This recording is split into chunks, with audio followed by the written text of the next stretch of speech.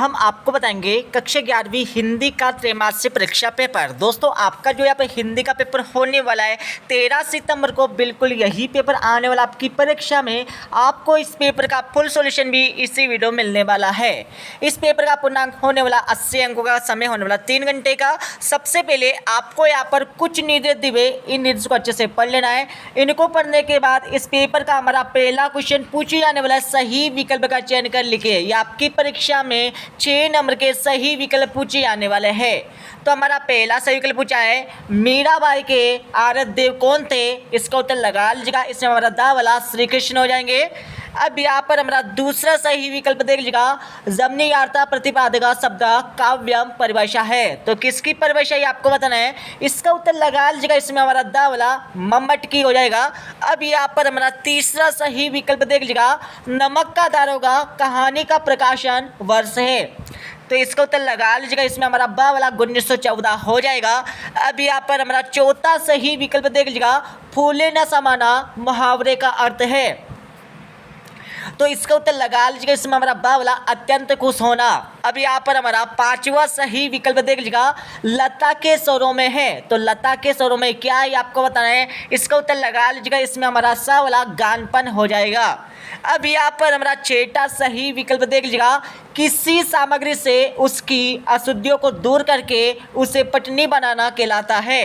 तो इसका उत्तर लगा लीजिएगा। इसमें हमारा राइट आंसर यहाँ पर आ जाएगा आ वाला संपादन, जिससे आपके 6 नंबर सही विकल्प के कंप्लीट हो जाएंगे। अब हम चलते हैं पर अगले क्वेश्चन पर। यहाँ पर हमारा क्वेश्चन नंबर 2 देख लीजिए। क्वेश्चन 2 में आपको क्या करना है, खाली स्थान की पूर्ति करना है। ये आपकी परीक्षा में 6 नंबर के यहाँ पर 7 नंबर के खाली स्थान पूछे जाने वाले हैं। तो हमारा पहला खाली स्थान दिया हुआ है, वाणी का डिटेक्टर खाली स्थान को कहा जाता है। इसका उत्तर लगा लीजिएगा। इसमें हमारा आपको लिखना होगा, कभी लिखना है।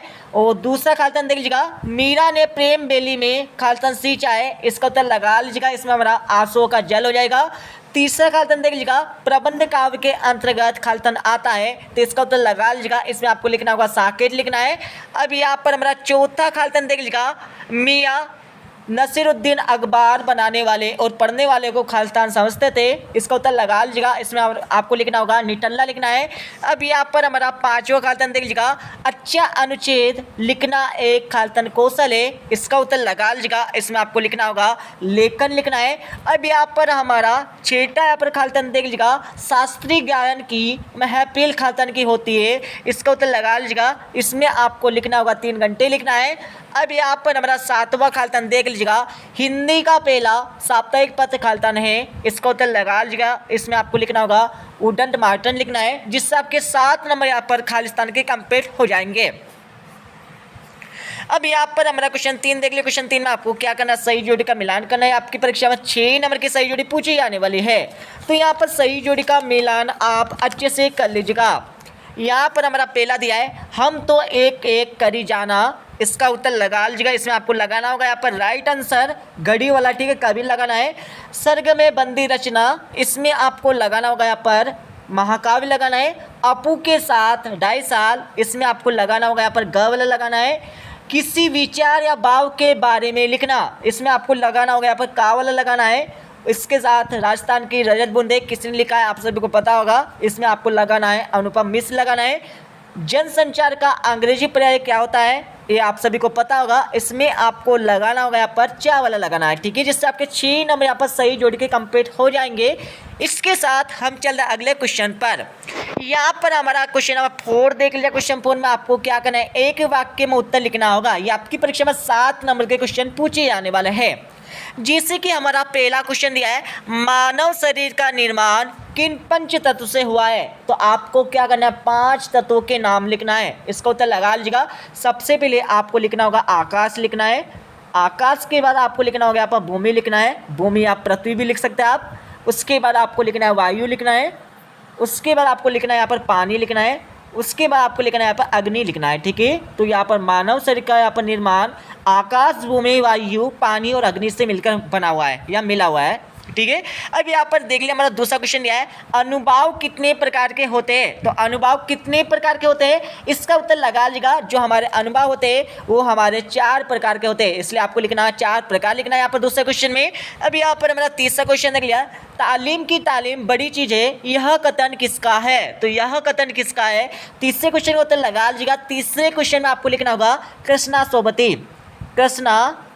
कृष्णा सोबती आपको यहाँ पर तीसरे क्वेश्चन का उत्तर लगाना होगा। अब यहाँ पर देख लीजिएगा, हमारा चौथा क्वेश्चन दिया है बंशीधर ने किससे बेर मोल लिया था। तो किससे लिया था ये आपको बताना है। चौथे क्वेश्चन का उत्तर लगा लीजिएगा। चौथे क्वेश्चन में आपको लिखना होगा पंडित ओलिपिदिन से। आपको यहाँ पर लिखना होगा पंडित ओलिपिदिन आपको लिखना है, ठीक है। ओलिपिदिन से आपको लिखना है, ठीक है, चौथे क्वेश्चन में। अब यहाँ पर हमारा पांचवा क्वेश्चन देख लिखा, विज्ञापन लेखन के समय ध्यान में रखी जाने वाली कोई एक सावधानी लिखी है। तो विज्ञान समय यहाँ पर क्या करना, आपको विज्ञापन जो आप लिखते हैं उसमें आपको कौन सा सावधानी रखना चाहिए वो आपको लिखना होगा। तो इसको तो लगा लीजिए, इसमें आपको लिखना होगा नवीन वस्तुओं एवं सेवाओं की क्या करना, सेवाओं की सूचना का अध्ययन करना, ठीक है। वैसे आपको इसका उत्तर मिल जाएगा इस वीडियो के लास्ट में। और आपको इसमें लिखना होगा नवीन वस्तुएं एवं सेवाओं की सूचना का अध्ययन रखना है, ठीक है। तो ये हमारा हो जाएगा यहाँ पर पांचवें क्वेश्चन का उत्तर। अब यहाँ पर देख लीजिएगा, हमारा छठा क्वेश्चन दिया है लता मंगेशकर की लोकप्रियता का मुख्य मर्म क्या है, लिखिए। तो इसका उत्तर लगा लीजिएगा। यहाँ पर छठे क्वेश्चन में आपको लिखना होगा यहाँ पर गानपन, क्या लिखना है इसमें, आपको गानपन लिखना है। और यहाँ पर हमारा देख लीजिएगा अगला क्वेश्चन दिया हमारा सातवां वाला, यहाँ पर सातवां क्वेश्चन दिया हमारा। सातवें क्वेश्चन में क्या करना है, भारतीय टेलीविजन को दूरदर्शन नाम कब दिया। तो इसको उत्तर लगा लीजिएगा। यहाँ पर हमारा जो सातवां क्वेश्चन है इसमें आपको लिखना होगा 1975 लिखना है, क्या लिखना है इस क्वेश्चन में, 1975 लिखना होगा, ठीक है। अब यहाँ पर अगला क्वेश्चन देख लिया, हमारा क्वेश्चन 5 दिया। क्वेश्चन 5 में आपको क्या करना है, सत्य असत्य कथन बताना है। ये आपकी परीक्षा में 6 नंबर के सत्य असत्य पूछे जाने वाले हैं। तो हमारा पहला क्वेश्चन देख लिया, कवि भवानी प्रसाद मिश्र की माता बहुत पढ़ी लिखी थी, ये सत्य है फिर असत्य है आपको बताना है। तो पहला आपका लगा लीजिए, हमारा हो जाएगा असत्य हो जाएगा। दूसरा आपका दिया मोहन बेल है मैं अभी तक शब्द सकती है, तो ये हमारा हो जाएगा असत्य हो जाएगा। दूसरा देख लीजिएगा, तीसरा देख लीजिएगा अपू की माँ उसे रोटी सब्जी खिला रही थी, तो ये हमारा हो जाएगा असत्य हो जाएगा, बिल्कुल नहीं खिला रही थी। चौथा देख लीजिएगा संवाद का सामान्य अर्थ बातचीत है, तो बिल्कुल ये हमारा हो जाएगा सत्य हो जाएगा। संगीत का क्षेत्र विस्तीर्ण है, तो यहाँ पर हमारा देख लिया 5वां दिया है, ये हमारा हो जाएगा सत्य हो जाएगा। इसके साथ जो हमारा 6वां दिया है हमारा हो जाएगा असत्य हो जाएगा, ठीक है, जिससे आपके 6 नंबर यहाँ से कंप्लीट हो जाएंगे। अब हम चलते हैं यहाँ पर 2-2 नंबर के क्वेश्चन पर। यहाँ पर हमारा देख लीजिएगा 6वां क्वेश्चन दिया है सगुण भक्ति धारा की 2 विशेषता बताते हुए 2 कवियों के नाम आपको लिखे हैं। तो यहाँ पर कवियों के नाम में आपको क्या करना है, तुलसीदास लिखना है और कबीरदास लिखना है, ठीक है, और सूरदास लिखना है, ठीक है, कवियों के नाम लिख देना। और इसका उत्तर आपको मिल जाएगा इस वीडियो के लास्ट में। और इसका थर्ड क्वेश्चन में आपको क्या करना है, प्रयोगवादी कविता की आपको विशेषता लिखना होगा। 2 आप इसमें विशेषता लिख सकते हैं, जिससे आपके 2 नंबर यहाँ से कंप्लीट हो जाएंगे। और इसका उत्तर आपको मिल जाएगा इस वीडियो के लास्ट में। अब यहाँ पर हमारा 7वां क्वेश्चन निकलेगा, कबीर की दृष्टि में ईश्वर एक है, इसके समर्थन में उन्होंने क्या तर्क दिए। अथवा क्वेश्चन देख लिखा मायके आई बहन के लिए कवि भवानी प्रसाद मिश्र ने घर को परिताप का घर क्यों कहा है, इसके बारे में आपको लिखना होगा। यह आपकी परीक्षा में 2 नंबर का क्वेश्चन पूछे जाने वाला है, ठीक है। तो इसका आंसर भी आपको मिल जाएगा इस वीडियो के लास्ट में। अब यहाँ पर हमारा क्वेश्चन 8 देख लीजिएगा, वृकोक्ति अलंकार की परिभाषा लिखिए। अथवा क्वेश्चन दिया हमारा दृष्टांत अलंकार की परिभाषा लिखिए, ठीक है। तो इनके आंसर आपको मिल जाएंगे इस वीडियो के लास्ट में। अब यहाँ पर हमारा क्वेश्चन नंबर 9 देख लिया। क्वेश्चन 9 में क्या करना है, विवाह किसे कहते हैं, यह कितने प्रकार के होते हैं। तो सबसे पहले आपको क्या करना है, इस क्वेश्चन में विवाह की परिभाषा लिखना होगा आपको, और इसके साथ विवाह कितने प्रकार के होते हैं आपको बताना है। तो आप सभी को पता होगा विवाह कितने प्रकार के होते हैं, तो 2 प्रकार के होते हैं। आप सभी को नाम भी पता होगा, यदि नहीं पता तो हम आपको बता देते हैं।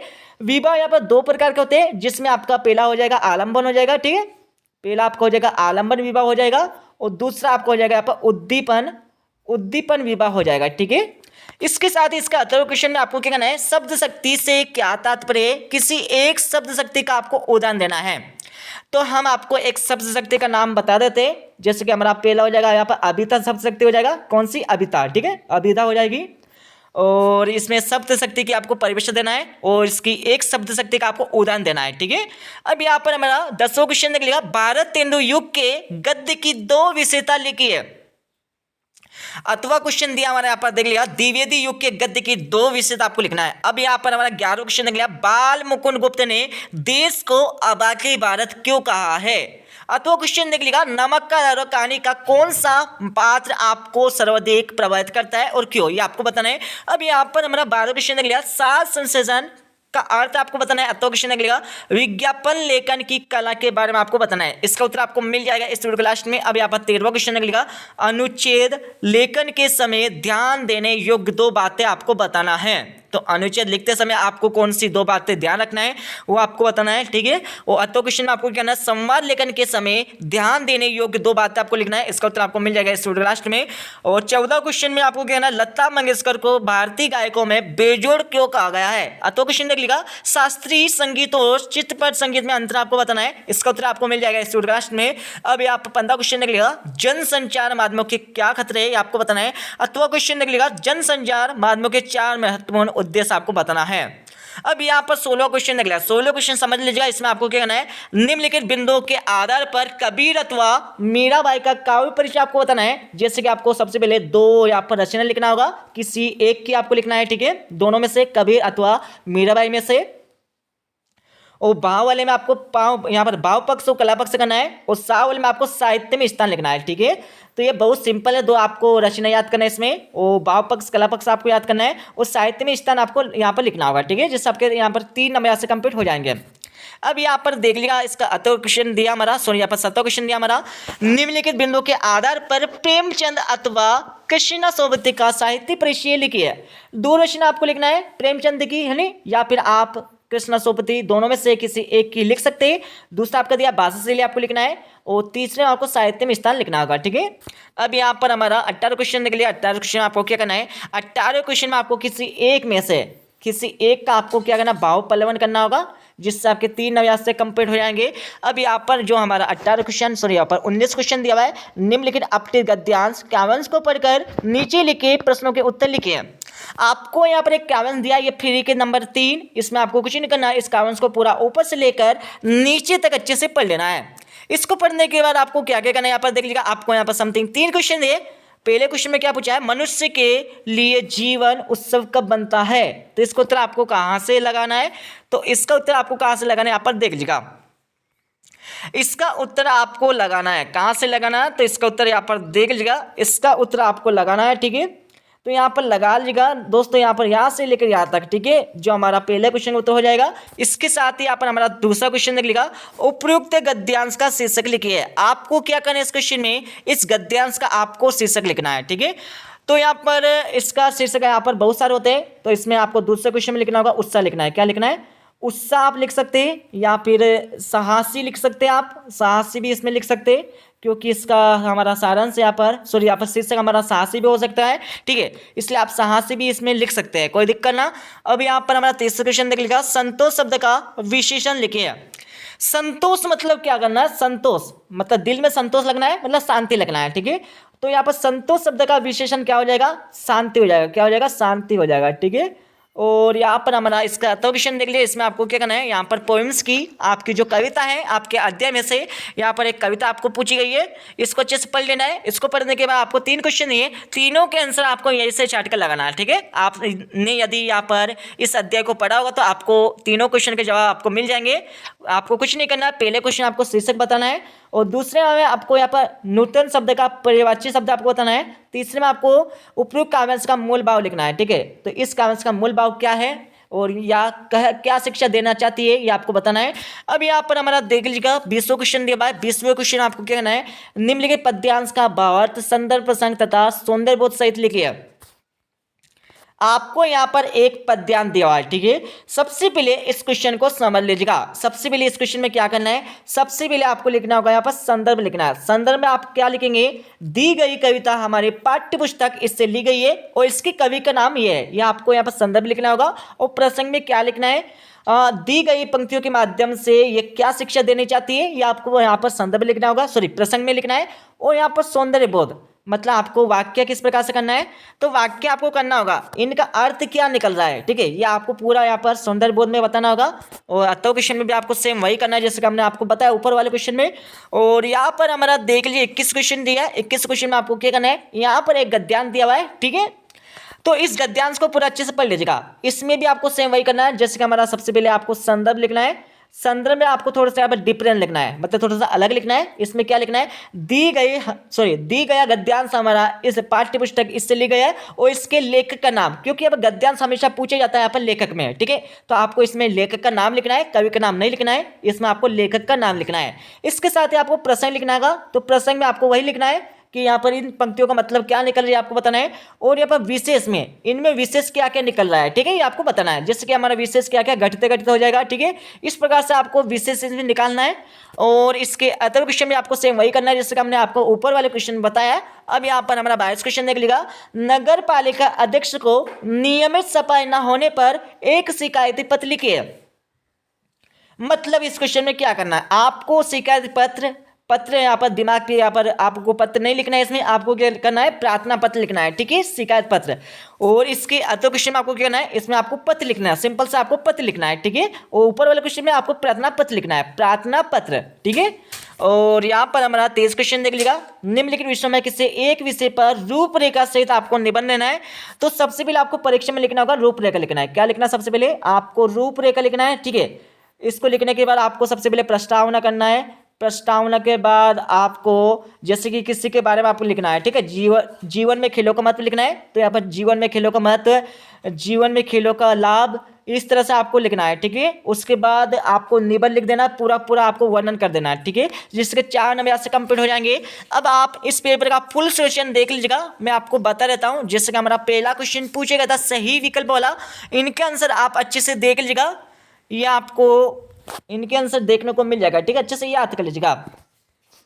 अब यहाँ पर हमारा क्वेश्चन 2 के उत्तर देख लीजिएगा जिसमें आपको खाली स्थान की पूर्ति करने के लिए बोला गया था। इसका आंसर आपको देगा, अच्छे से याद कर लीजिएगा। इसके साथ ही यहाँ पर हमारा क्वेश्चन 3 के आंसर देख लीजिए। क्वेश्चन 3 में आपको सही जोड़ी का मिलान करना है। और यहाँ पर हमारा क्वेश्चन 4 का उत्तर देख लिया। क्वेश्चन 4 में आपको एक शब्द अथवा एक वाक्य में उत्तर लिखने के लिए बोला गया था, इनके आंसर आपको देगा, अच्छे से याद कर लीजिएगा। अब यहाँ पर हमारा क्वेश्चन 5 में क्या करना था, सत्य और असत्य कथन आपको बताने के लिए बोला गया था। अब यहाँ पर देख लिया हमारा क्वेश्चन 6 का उत्तर लगा लीजिएगा जिसमें सगुण भक्ति धारा की कोई 2 विशेषता आपको लिखने के लिए बोला गया था। तो इसकी विशेषता हमारी हो जाएगी ईश्वर का सगुण रूप, दूसरा हमारा हो जाएगा अवतार भावना। और 2 कवियों के नाम आपको लिखना है, जैसे कि हमने आपके लिए 3 कवियों के नाम दे रखे, कबीरदास, तुलसीदास, सूरदास, ठीक है। तो इस प्रकार से आपको लिखना होगा परीक्षा में। और अतो क्वेश्चन देख लीजिए इसका, जिसमें आपको पूछा गया था प्रयोगवादी कविता की आपको प्रमुख विशेषता लिखने के लिए बोला गया था। आपको 2 विशेषता लिखना है, तो हमने आपके लिए 2 विशेषता यहाँ पर दे रखी है, ठीक है। ये हमारी पहली विशेषता हो जाएगी और इसकी हमारे दूसरी विशेषता हो जाएगी। अब यहाँ पर हमारा क्वेश्चन 7 का उत्तर देख लिया जिसमें आपको पूछा गया था कबीर ईश्वर को एक ही मानते हैं, इसके बारे में आपको तर्क देना था। इसका उत्तर आपको दिया गया है, ठीक है। और इसके यहाँ पर 8वें क्वेश्चन का उत्तर देख लीजिएगा जिसमें आपको वक्रोक्ति अलंकार की परिभाषा आपको लिखने के लिए बोला गया था। तो यहाँ पर वक्रोक्ति अलंकार की परिभाषा आपको दी गई है, इसको अच्छे से याद कर लीजिएगा। अब यहाँ पर हमारा क्वेश्चन 9 का उत्तर देख लिया जिसमें आपको विभाव किसे कहते हैं और विभाव कितने प्रकार के होते हैं ये आपको लिखने के लिए बोला गया था। उसके बाद हम चलते हैं क्वेश्चन 10 पर। क्वेश्चन 10 में आपको कहना है भारत तेंदु युग के गद्य की प्रमुख विशेषता आपको लिखने के लिए बोला गया था। हमने आपके लिए 5 विशेषता दी गई है, आपको क्या करना है, 2 विशेषता याद कर लेना है, ठीक है। अब यहाँ पर हमारा क्वेश्चन 11वां देख लिया। क्वेश्चन 11 में आपको क्या करना है, बाल मुकुंद गुप्त ने देश को आबोगे भारत क्यों कहा है, इसके बारे में आपको तर्क देने के लिए बोला गया था। इसको उत्तर आपको देगा, अच्छे से याद कर लीजिएगा। अब यहाँ पर हमारा क्वेश्चन नंबर 12वां देख लीजिए जिसमें आपको सार संसेप्शन क्या है इसके बारे में आपको लिखने के लिए बोला गया था। इसका उत्तर आपको देगा, अच्छे से याद कर लीजिएगा। उसके बाद यहाँ पर हमारा क्वेश्चन 13वां देख लीजिएगा जिसमें आपको क्या करना था, अनुच्छेद लिखते समय क्या क्या बातों का या किन किन बातों का ध्यान रखना चाहिए ये आपको लिखने के लिए बोला गया था। इसका उत्तर आपको दिया, अच्छे से याद कर लीजिएगा। उसके बाद यहाँ पर हमारा क्वेश्चन 14वां देख लीजिएगा, लता मंगेशकर को भारतीय गायकों में बेजोड़ किस कारण से कहा गया है, इसके बारे में आपको एक क्वेश्चन पूछा गया था। इसका आंसर आपको देगा, अच्छे से याद कर लीजिएगा, ठीक है। उसके बाद यहाँ पर हमारा पेपर कंप्लीट हो गया। अब आपके क्वेश्चन 15 से लेकर 23 तक के जो क्वेश्चन के आंसर छूट गए उनके आंसर आपको आपकी हिसाब से देखकर याद कर लेना है, ठीक है। अब आपको क्या करना है, इस पेपर को पूरा अच्छे से याद कर लेना है। इसके साथ ही आपको इस वीडियो के डिस्क्रिप्शन में टेलीग्राम चैनल की लिंक मिल जाएगी, तो आपको क्या है ना, उस लिंक पे क्लिक करके अपना टेलीग्राम चैनल ज्वाइन कर लेना है। तो मिलते हैं अगले वीडियो में, जब तक ले जय हिंद, वंदे मातरम।